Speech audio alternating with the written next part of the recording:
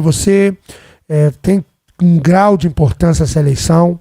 A eleição que me parece que daqui a 2 ou 3 dias vai acontecer, né, no âmbito municipal. E a gente quer saber assim, como é que se dá o processo de escolha, né? Como é que a gente pode assim, inserir as pessoas no entendimento do processo para a escolha da candidatura, da escolha da direção? Da equipe, né? Uma equipe. É uma equipe. Então, assim como a gente tem o direito de escolher o nosso presidente, o nosso vereador, né, o nosso prefeito, nós temos o direito aqui, em Volta Redonda, de escolher o diretor da escola. E, no caso, esse ano será do diretor-geral e do adjunto. Nem todas as prefeituras garantem esse direito, que é uma pena. Nem todas, né? Não. E elas acabam perdendo verbas por causa disso, por não garantir esse direito dessa eleição. Essa verba é estadual ou federal? É federal. São aportes que estão atrelados a desenvolvimento e um dos pontos é a eleição de diretores de forma com essa lisura do processo, que seja por mérito, que não seja indicação, não seja uma pessoa que o prefeito coloque ali para fazer favores pessoais. Certo. Então, outra coisa que me chama a atenção é quais são as qualificações, nesse caso, para mínimas, né? As coisas bem mínimas para ter o cargo de diretor escolar. Em Volta Redonda, nesse ano, as pessoas que quiseram se candidatar têm que ter, no mínimo, 5 anos de exercício, né, na prefeitura. Sim, elas não podem estar no que a gente chama de estágio probatório, que seria uma experiência no serviço. Essas pessoas não podem concorrer. Precisa ser ou professor, ou orientador educacional, o supervisor pedagógico ou orientador educacional. Uma dessas 3 categorias. E precisa ter a faculdade de pedagogia ou uma pós equivalente de gestão ou outra pós que o habilite. Aí teve que fazer um curso, que eu participei do curso, estava aberto a todos que quiseram fazer a inscrição, e depois houve uma prova. Tinha que acertar no mínimo 50% da prova para poder estar habilitado a se candidatar, montar uma chapa e dessa chapa concorrer dentro da escola. Quem não quis se candidatar, como eu, só fez o curso e pegou o certificado.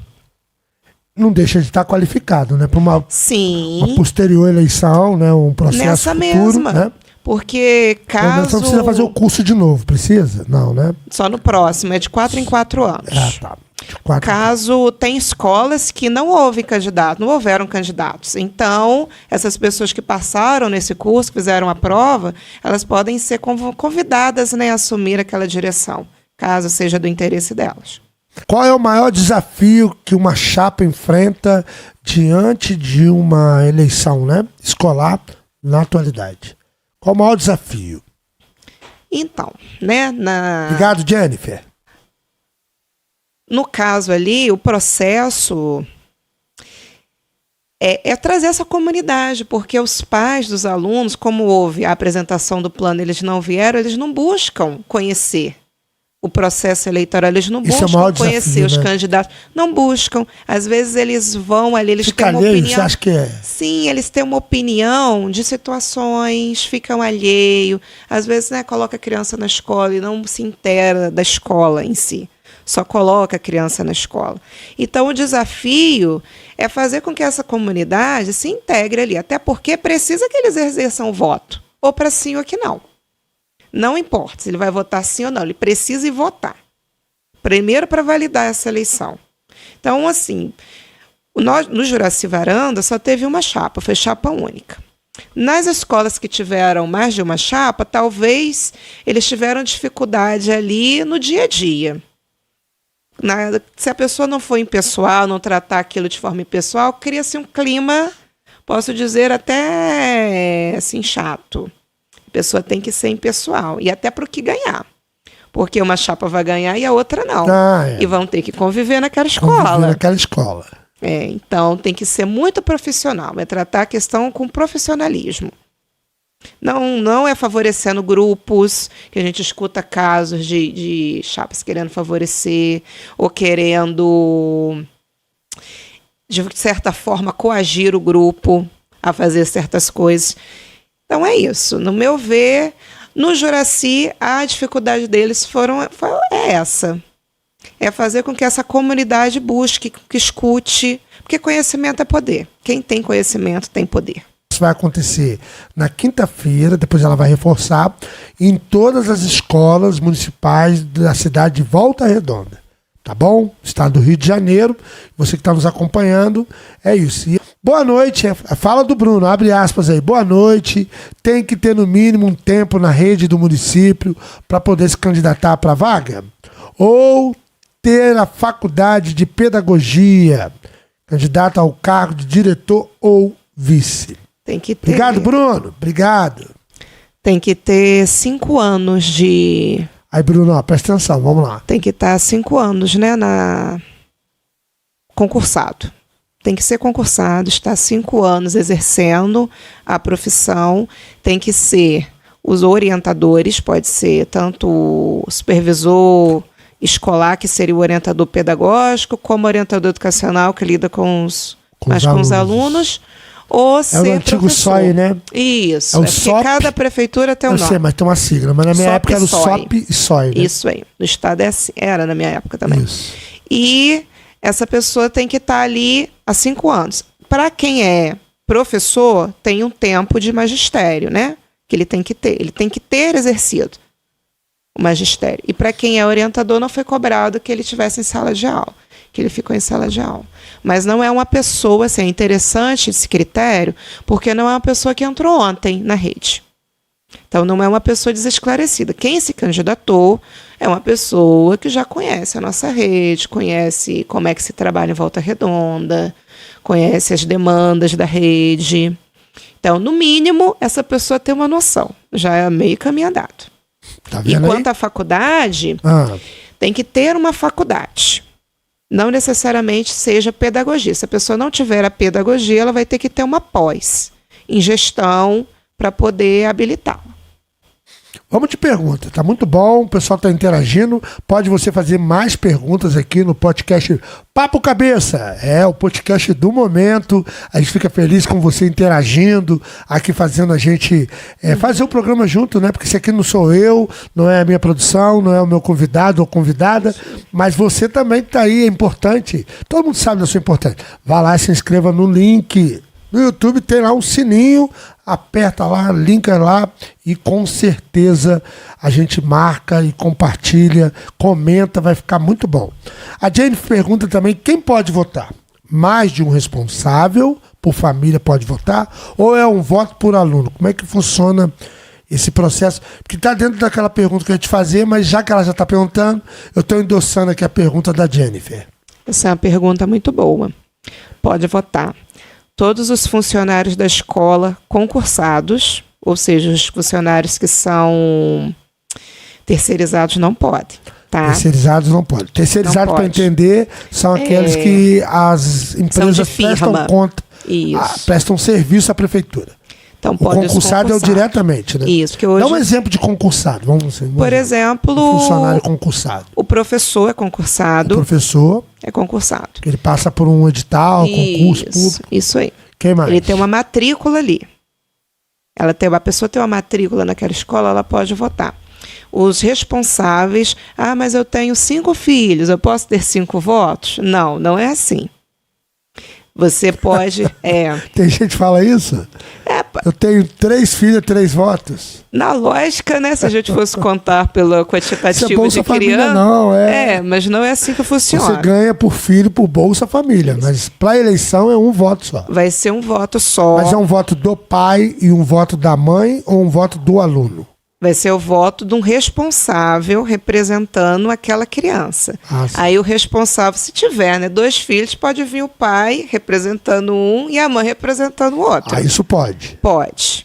Mas não pode a mãe ter 2 votos. Não. Isso. Porque cada aluno ali conta como um aluno. Ele é uma pessoa. É um indivíduo, né? Só que ele não, como ele não tem 16 anos, ele não pode votar. Mas pode votar o pai ou a mãe dele, um responsável legal. No caso, de uma criança aí que seja adotada ou tem outra situação.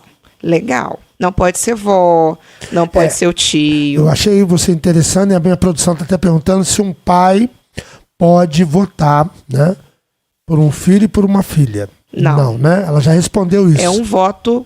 Eu, adulto, só vou votar uma vez. Pode votar sim, que eu entendi. Você falando, pode votar.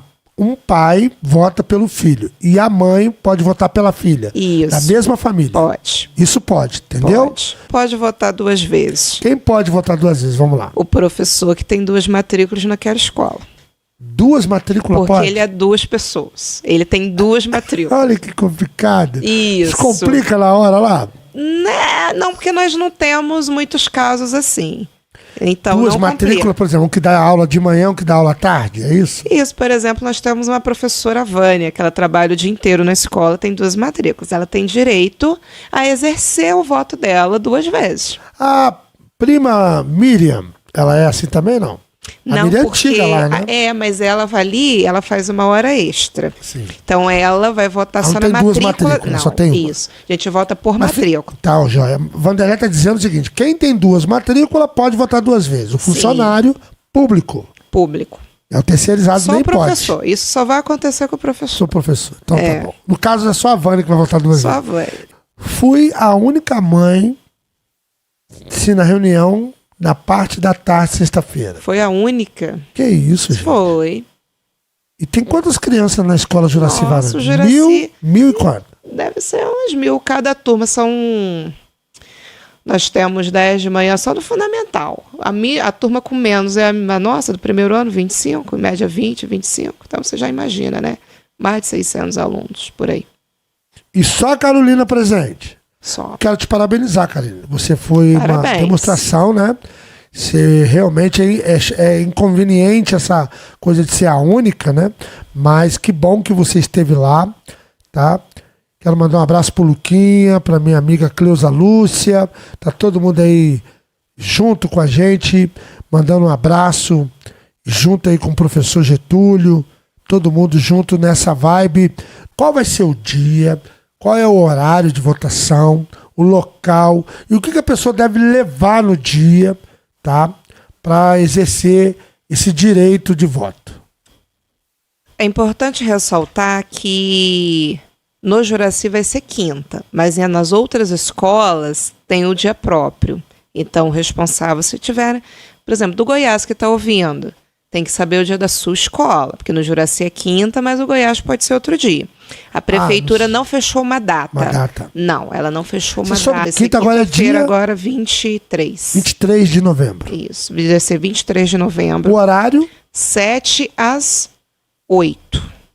7 às 8 da 7 noite, da manhã às 8 da às noite. 20 horas. Aham. De 7 Vou da estar manhã lá, bonitinho. às 20 horas. Isso. Gente, um dia grande, hein? Um dia grande. Por quê? Porque nós temos 3 turmas. A urna fica, é urna? Como é que funciona? É urna? Vai ter a urna para os responsáveis e a O para os escrutínio é funcionários. papel, a pessoa pega um papel papel, e vai marcar sim ou vai ter uma não. caneta. Tem que se identificar? Não.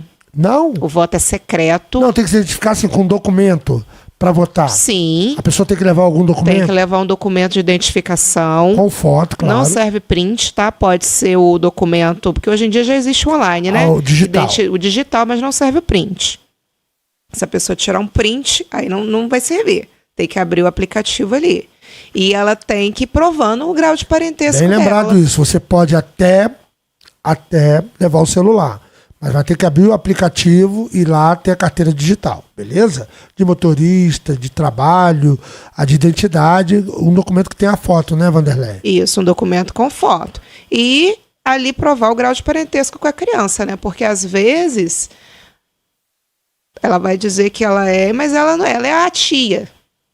Ela não é a mãe daquela criança. Então, o documento dela, o da criança, pra gente na hora conferir. Diretor, você já respondeu, acho que lá atrás, mas vamos lá. Se um diretor administrar errado a unidade que ele trabalha, ele atrapalha as outras em âmbito municipal? Sim. Vamos entender essa pergunta. Se um diretor aqui da escola do bairro, ele faz mal, uma má gestão, ele atrapalha também outras unidades? Atrapalha. Pergunta inteligente, gostei. Atrapalha, porque essas unidades elas conversam. O aluno que é do Alquindá, que é a creche, vai para o Juraci. O aluno do Juraci vai para o Helena. É. Então, Se a Walking já começa errado ali a questão da educação dessa criança, o Juraci já vai receber uma defasagem. E assim sucessivamente. Com certeza, com certeza. Então, talvez ele não vai impactar no momento. A gestão dele não atrapalhou na hora, né? Mas aquilo ali é uma semente que ele plantou errado. Tanto pode colocar uma boa semente como uma má semente. Com certeza. Então, impacta sim. Mais uma pergunta para você. Tá legal, o pessoal tá participando bem mesmo. E venha você pro PK. Hashtag vem pro PK, @Papo Cabeça. Pensando no futuro, quais são as expectativas em relação à melhoria do envolvimento dos pais na escola? Aí dá até tristeza a gente lembrar, né, que teve uma reunião, só foi a Carolina, né? E ela é uma ótima... Locativo, como é que é o nome? Locatelli. Ela é uma ótima mãe. Eu dei aula para a filha dela, ela era sempre presente, questionadora, mas dentro do que é dentro do necessário mesmo. Não era, vou ali só reclamar. É uma reclamação com fundamento. Não, sim. Então isso é importante, essa pergunta, né? Gente, responsável é uma coisa muito complexa, né? Porque eu entendo que os responsáveis trabalham e nós não temos uma lei. Talvez a gente possa pedir aos nossos vereadores para criar um projeto, né, de lei que ampare os responsáveis sair para ir nas reuniões dos filhos, porque não existe essa lei. Alô, meu amigo Jari, ó. Não Jari, temos. deputado estadual, tá aí uma boa dica para tu, irmão. Meu amigo Jari, deputado estadual. A professora Vanderlei está dando aí um projeto de lei. Você que faz parte da comissão de educação, sim, né? É importante isso. Quem está nos ouvindo aí da equipe, de todo o gabinete, vamos atentar para isso. Uma lei, repete para gente. Uma lei que ampare o funcionário se ausentar do seu setor para ir à escola para assuntos do seu filho, da sua criança. Porque essa lei não existe. Aí a gente convoca o responsável. O responsável trabalha. Como é que ele faz? Tem local que usa o bom senso e libera. Mas tem local que vai dizer, você não tem esse direito. E a pessoa não vai. Claro que nós temos responsáveis que não trabalham e não vão, porque não querem, não se interessam. Mas uma grande maioria não vai porque não pode. Ótimo. Olha,